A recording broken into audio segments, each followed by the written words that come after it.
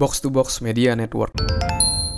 Selamat datang di podcast pengembangan diri. Podcast ini akan bantu kamu untuk mengatasi kegalauan di usia muda, sukses di usia muda, dan yang pasti terus bertumbuh jadi lebih baik setiap harinya. Selamat mendengarkan. Hai, Chandra Surdes, dan pada podcast kali ini saya akan sharing tentang cara punya duit dengan cepat dan halal. Ini mungkin sambil ngeliat ya, yang lagi rame-rame mungkin belakangan ini ya, mungkin udah agak lewat juga hype-nya. Jadi di mana ada orang yang menjanjikan untuk bisa kaya cepat, punya duit cepat, tapi ternyata justru dia banyak menipu orang kayak gitu. Jadi itu salah satu berita yang lagi hot belakangan ini.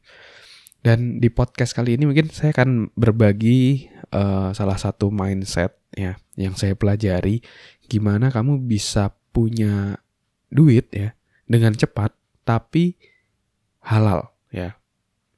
Jadi tetap barokah gitu ya istilahnya. Dan perlu digarisbawahi, cepat di sini bukan berarti kayak kamu besok atau seminggu lagi langsung jadi milioner kayak gitu, bisa beli macam-macam.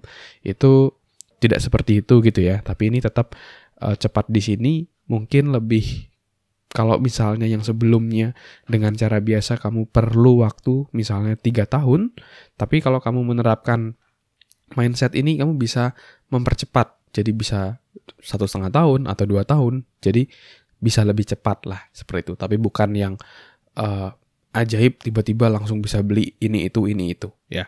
Jadi tetap harus berproses, karena sekalipun mie instan pun juga tetap perlu ada prosesnya untuk akhirnya dia bisa disajikan ya. Jadi prinsip ini saya pelajari dari satu buku yang judulnya Secret of Millionaire Mind karya T. Harv Eker. Ada satu quote yang membekas sampai sekarang untuk saya dan saya terapkan di kehidupan saya saat ini kayak gitu. Jadi quote-nya adalah gini. Uang itu adalah sebuah tanda di mana seberapa besar nilai tambah yang kamu beri ya. Jadi secara sederhana uang itu adalah nilai tambah. Semakin banyak kamu bisa memberikan nilai tambah, semakin banyak duitmu kayak gitu. Ya. Jadi kita harus punya satu yang namanya nilai tambah. Kayak misalnya contoh ya, misalnya dokter umum sama dokter spesialis, mana yang lebih tinggi gajinya? Pasti yang spesialis kayak gitu. Ya, karena dia bisa memberikan nilai tambah yang jauh lebih besar. Dia bisa mengobatinya misalnya lebih spesifik kayak gitu. Terus misalnya contoh, ada pemain bola ya, misalnya striker. Ada striker biasa yang cuma cetak golnya 1 atau 2 gol aja dalam satu musim. Tapi ada pemain bola ada striker juga yang cetak golnya misalnya sampai 30 gol dalam satu musim. Kira-kira mana yang lebih punya banyak duit? Cenderung yang bisa nyetak 30 gol tadi kayak gitu ya. Kenapa? Karena dia punya nilai tambah. Ya. Jadi uang adalah alat tukar nilai tambah. Jadi PR-nya yang paling utama adalah gimana kita bisa menjadi pribadi yang bernilai, gimana kita bisa punya nilai tambah sehingga kita bisa dihargai lebih dari skill dan kemampuan kita. Ya. Dan ini yang jadi PR saya waktu itu. Jadi pertanyaannya seringkali bukanlah gimana cara punya banyak duit, tetapi lebih ke gimana caranya membuat atau membangun nilai tambah pada diri saya sehingga saya layak dibayar lebih. Ya. Gimana caranya kita bisa semakin bernilai sehingga kita semakin bisa tambah layak untuk dibayar lebih, ya.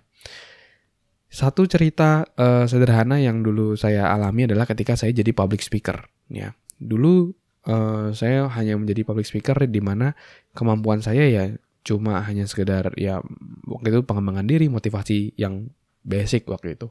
Dan ketika saya ngebawain itu, saya agak heran kok ada ya trainer yang bisa dibayarnya berkali-kali lipat dibandingkan saya. Apa yang membedakan saya dan dia saat itu?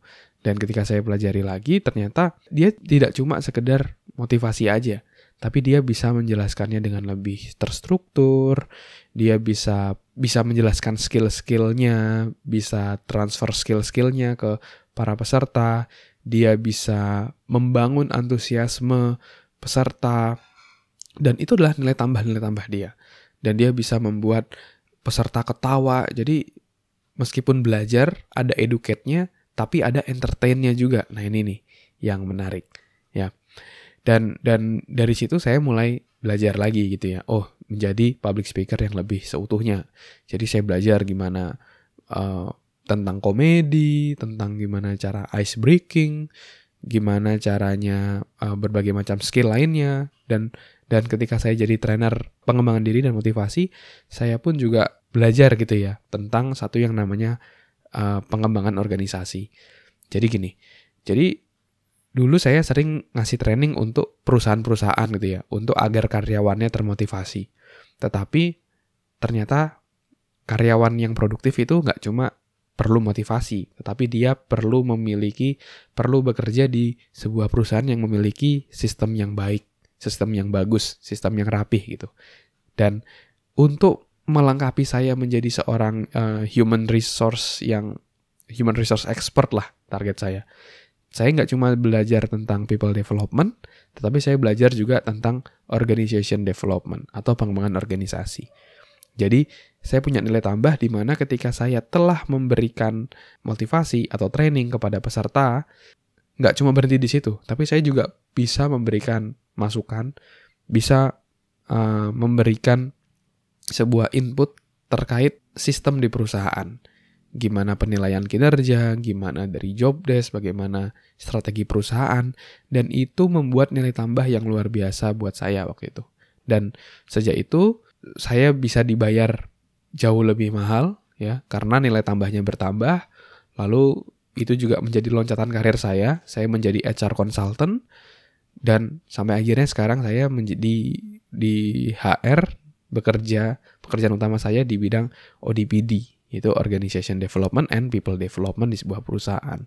Dan income yang saya dapat waktu itu juga jauh lebih besar dibandingkan dulu ketika saya hanya punya nilai tambah untuk sharing motivasi. Jadi itu yang saya bangun, itu nilai tambah yang saya bangun ya. Nah, itu pengalaman saya. Sekarang giliran kamu. Apa nilai tambah yang mau kamu bangun pada dirimu sehingga kamu bisa semakin bernilai ya. Kamu bisa memberikan nilai tambahmu kepada lebih banyak orang sehingga kamu bisa dinilai lebih mahal dan layak untuk dibayar lebih mahal. Oke, mungkin itu dulu sharing kali ini. Semoga bisa bermanfaat dan menginspirasi. Dan kalau kamu merasa podcast ini bermanfaat, jangan lupa kamu bisa kasih rating bintang 5 di Spotify.